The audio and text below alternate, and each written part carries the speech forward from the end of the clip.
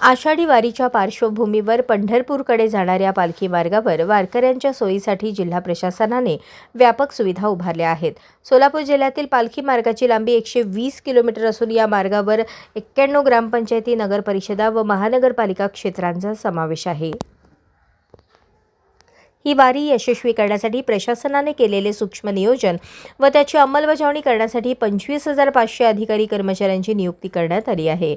पालकमंत्री जयकुमार गोरे आणि जिल्हाधिकारी एस कार्तिकेयन यांच्या मार्गदर्शनाखाली सर्व अधिकारी कर्मचारी दिलेली जबाबदारी अत्यंत काटेकोरपणे पार पाडत आहेत।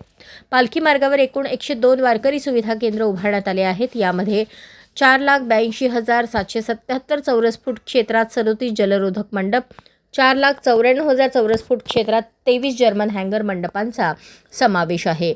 स्वच्छतेवर विशेष भर देताना मार्गावर 6,250 फिरती शौचालये, 4,921 कायमस्वरूपी शौचालये उपलब्ध करून देण्यात आली आहेत।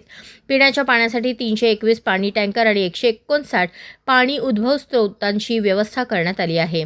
महिला वारकऱ्यांसाठी 4,100 महिला स्नानगृहे आणि 139 हिरकणी कक्ष उभारण्यात आले आहेत। आरोग्य सुविधेअंतर्गत 21 अतिदक्षता विभाग, 121 आरोग्य दूत, बाईक ॲम्ब्युलन्स तैनात आहेत। जिल्हाधिकारी एस कार्तिकेयन यांच्या मार्गदर्शनाखाली सर्व यंत्रणा 24 तास कार्यरत असून भक्ती विठ्ठलाची सेवा वारकऱ्यांची या भावनेतून प्रशासनाने नियोजन केले आहे। अनेक मानाच्या पालख्यांनी सोलापूर जिल्ह्याच्या हद्दीत प्रवेश केला असून प्रशासनाच्या वतीने त्यांचे मोठ्या उत्साहाने आणि भक्तिभावाने स्वागत करण्यात आले।